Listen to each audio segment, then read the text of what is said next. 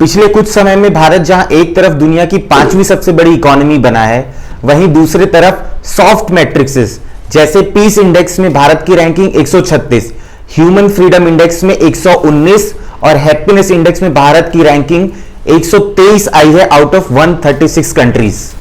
इन reports के according Pakistan, Sri Lanka, Iraq ऐसे देश जिनके पास खाने को राशन नहीं है, जहां पे लोग सुबह उठते हैं तो शाम तक वो जिंदा रहेंगे इस बात की गारंटी नहीं, ऐसे देश भारत से ज्यादा फ्रीडम फील करते हैं।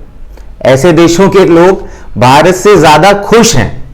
पॉलिटिक्स में जब कोई इंडिपेंडेंट कैंडिडेट बहुत ही पॉपुलैरिटी गेन करने लगता है, जब वो जीतने की कगार पर आ जाता है, तो वहां के लोकल पॉलिटिशियन उसके खिलाफ फर्जी केसेस कर देते हैं, उसकी इमेज खराब करने की कोशिश करते हैं ताकि पब्लिक की नजर में वो एक पॉपुलर कैंडिडेट ना रह जाए।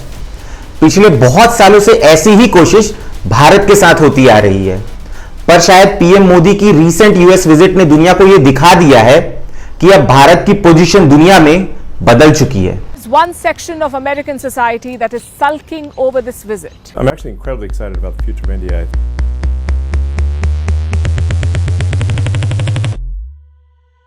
नमस्कार दोस्तों, मेरा नाम है विवेक और स्वागत है आपका मेरे इस YouTube चैनल पर। आज हम बात करने वाले हैं पीएम मोदी की यूएस विजिट और उस विजिट के क्या मायने हैं हमारे लिए उसके बारे में। हालांकि नरेंद्र मोदी भारत के प्रधानमंत्री के तौर पर 5 बार पहले भी यूएस जा चुके हैं और 2019 में डोनाल्ड ट्रंप की प्रेसिडेंसी में हाउडी मोदी उनका अब तक का सबसे बड़ा कार्यक्रम रहा था। लेकिन इस बार जब वो यूएस गए तो उनके विजिट स्टेट विजिट के क्लासिफिकेशन में आती है। इसका मतलब प्रोटोकॉल के अकॉर्डिंग ये अब तक की हाईएस्ट रैंकिंग वाली विजिट रही है। पीएम मोदी ने अपने 65 घंटे के स्टे के दौरान 20 से ज्यादा मीटिंग अटेंड की। एक तरफ जहां उन्होंने यूएस के प्रेसिडेंट और वाइस प्रेसिडेंट जो बाइडेन और कमला हैरिस से मुलाकात की, वहीं उन्होंने दुनिया की सबसे बड़ी टेक कंपनीज जैसे Google, Apple, Microsoft, Tesla, Micron इन कंपनीज के सीईओ से मुलाकात की। उन्होंने क्वाड की मीटिंग भी अटेंड की और उन्होंने भारतीय समुदाय को भी संबोधित किया। इस यूएस विजिट में सबसे बड़ी हाईलाइट पीएम मोदी की अमेरिकन कांग्रेस में दी गई स्पीच रही। उस 1 घंटे की स्पीच में 50 से ज्यादा बार अमेरिकन लेजिस्लेटर्स ने खड़े होकर तालियां बजाई। अब हो सकता है शायद पीएम मोदी की यह स्पीच इतनी अच्छी भी ना रही हो, पर एक बात तो क्लियर है कि पूरी अमेरिकन कांग्रेस पीएम मोदी को खुश करने की कोशिश जरूर कर रही थी। देखिए, ऐसा नहीं है कि यूएस भारत से डरता है या दबता है, हम उस पोजीशन में पहुंचने से शायद अभी बहुत दूर हैं।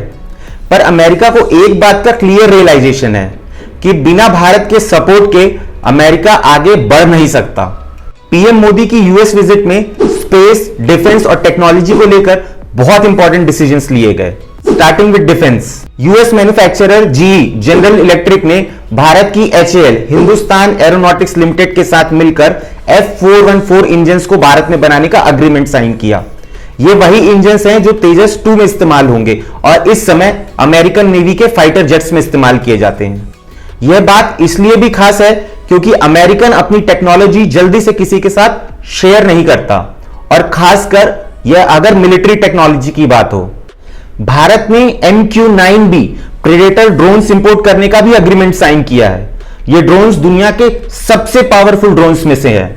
50,000 फीट तक उड़ सकने वाले ये ड्रोन्स न सिर्फ इंडिया चाइना बॉर्डर पर भारत को हाई और एक्यूरेट सर्विलियंस कैपेबिलिटी देंगे, बल्कि ये 2000 किलो वजन का पेलोड भी साथ में ले जा सकते हैं, जो भारत को एक सुपीरियर ऑपरेशनल कैपेबिलिटी प्रोवाइड करेगा। Moving on to technology deals, semiconductor chips लगभग हर तरह की इलेक्ट्रॉनिक्स में यूज होने वाला एक ऐसा पार्ट है जिसकी मैन्युफैक्चरिंग में भारत काफी पीछे है, और उसी दिशा में भारत ने एक कदम यहां भी उठाया। माइक्रॉन, जो दुनिया की सबसे बड़ी चिप मैन्युफैक्चरर है, उसने लगभग 6,500 करोड़ की इन्वेस्टमेंट गुजरात में करने का फैसला किया है।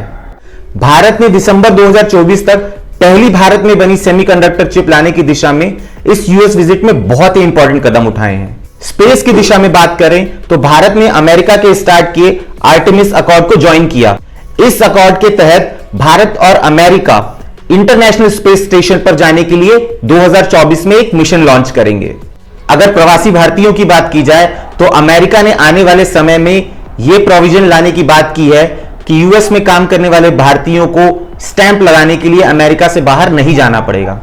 शायद आप और मैं इस बात को न समझे, पर जिन परिवारों के लोग यूएस में काम करते हैं वो भली भांति जानते हैं कि स्टैम्प के लिए उन्हें कितनी तकलीफों से होकर गुजरना पड़ता है, और यह प्रोविजन उनके लिए एक वरदान बनकर साबित होगा।